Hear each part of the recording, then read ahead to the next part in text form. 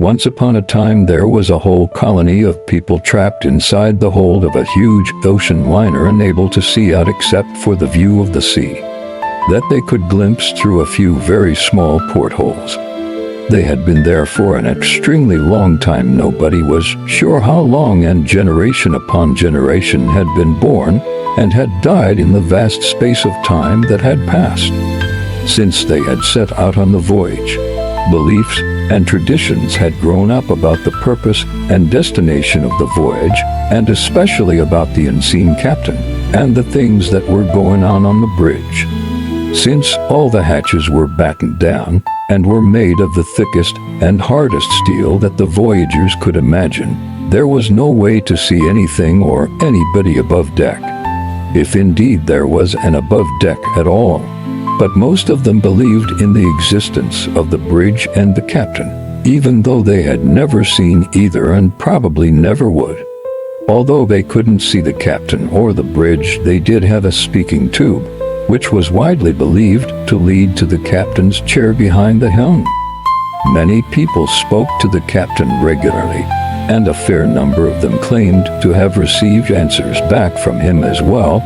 Of course, there were cynics who said that not only was there no captain listening at the other end of the speaking tube, but the tube wasn't a speaking tube at all, but just the remains of a disused plumbing system that used to take fresh water on the lower decks. According to those who had heard the captain's voice, he was very much in charge of the ship, knew exactly where it was going, and had everybody's interests sincerely at heart. He was a good and compassionate and all-knowing captain, and however it might seem, he would never let the ship come to harm, and would reward those on board who did good and punish those who did wrong, eventually in accordance with the rules of maritime law. Essentially, there was nothing to worry about. You might not understand what was going on, or, for example, why bad things happened to good people, but the captain could see the whole scheme of things in its entirety, and if you trusted in him, everything would be all right. Sometimes, quite often in fact, the captain would tell people due to very strange things, or so they claimed. He sometimes told people to tie bags of gunpowder around their waists and blow themselves up in crowded parts of the ship. "Are you sure?" they would ask. "Wouldn't that be very unpleasant for all concerned, and in most ways counterproductive?" "It is my direct command," he would say, "and you should be flattered to be asked. Naturally, after the event, when nobody's looking, I'll come down and pick up all your pieces and put you together again and take you up to the top deck, where you can live forever doing no work but just making love to beautiful women. This is a test of your obedience. It's all in the Maritime Law Handbook." "Oh, thank goodness for that," they would reply. "For a minute there you had us worried."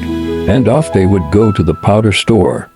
Quite often he would tell people that some other group was his enemy, and they had a duty to attack them and kill as many of them as they could in the most brutal way that they could come up with.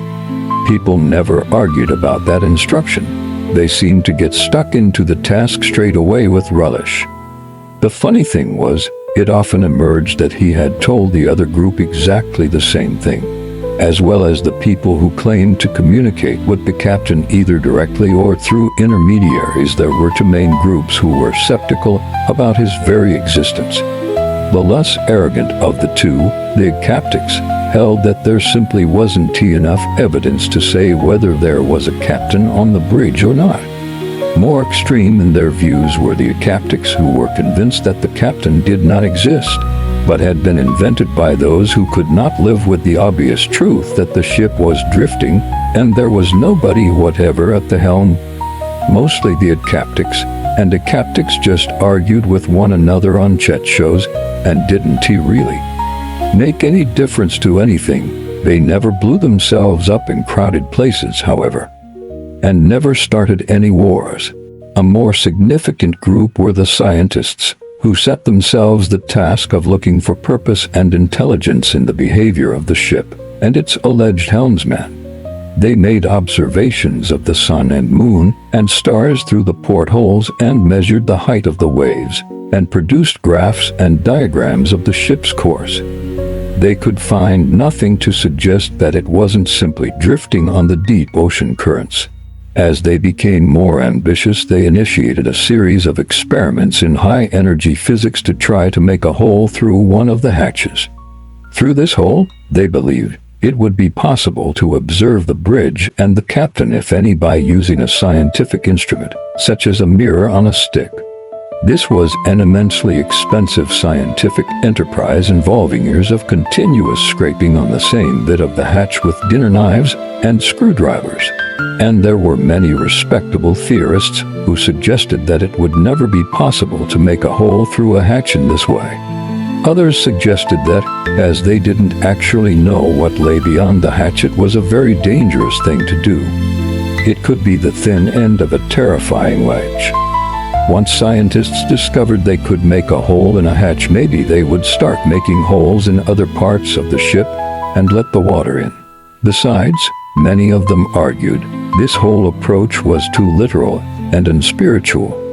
There was every possibility that the captain was not an ordinary man of flesh and blood, but some kind of ethereal spirit. A captain who wouldn't show up in a mirror on a stick. Hence the scientists' findings were discounted before the experiment was even conducted. A very important contribution of the scientists was to draw the attention of everybody else to the rate at which the ship's supplies were being used up, with no attempt being made to replenish them, for example, by fishing through the portholes or distilling seawater into fresh water. Not only were they wasting food and water and all the other things in the cargo hold at a prodigal rate, it was only about a tenth of the total passenger population who were doing it, with the other 90% starving and living miserable and disease-ridden lives and dying very young. The captain didn't seem to have too much to say about this, or if he did, it was not much listened to by his alleged followers. Against all the odds, as many would hold, the ship is still afloat, and all the same old arguments between the different sects of skeptics, the skeptics, and of course the scientists continue to this day. Nobody is certain what the final fate of the ship and its passengers is going to be. Many of the voyagers believe that it will reach the promised land before very long, while others darkly predict that it is only a matter of time before it runs onto the rocks or collides with an iceberg and sinks. Speaking for myself, I think the best hope is that the scientists break open that hatch completely and gain access to the bridge so that the people themselves can take the helm and steer the ship to somewhere warm and pleasant that can offer a good life for everybody. And if those beautiful women happen to be there too, well, that's a bonus.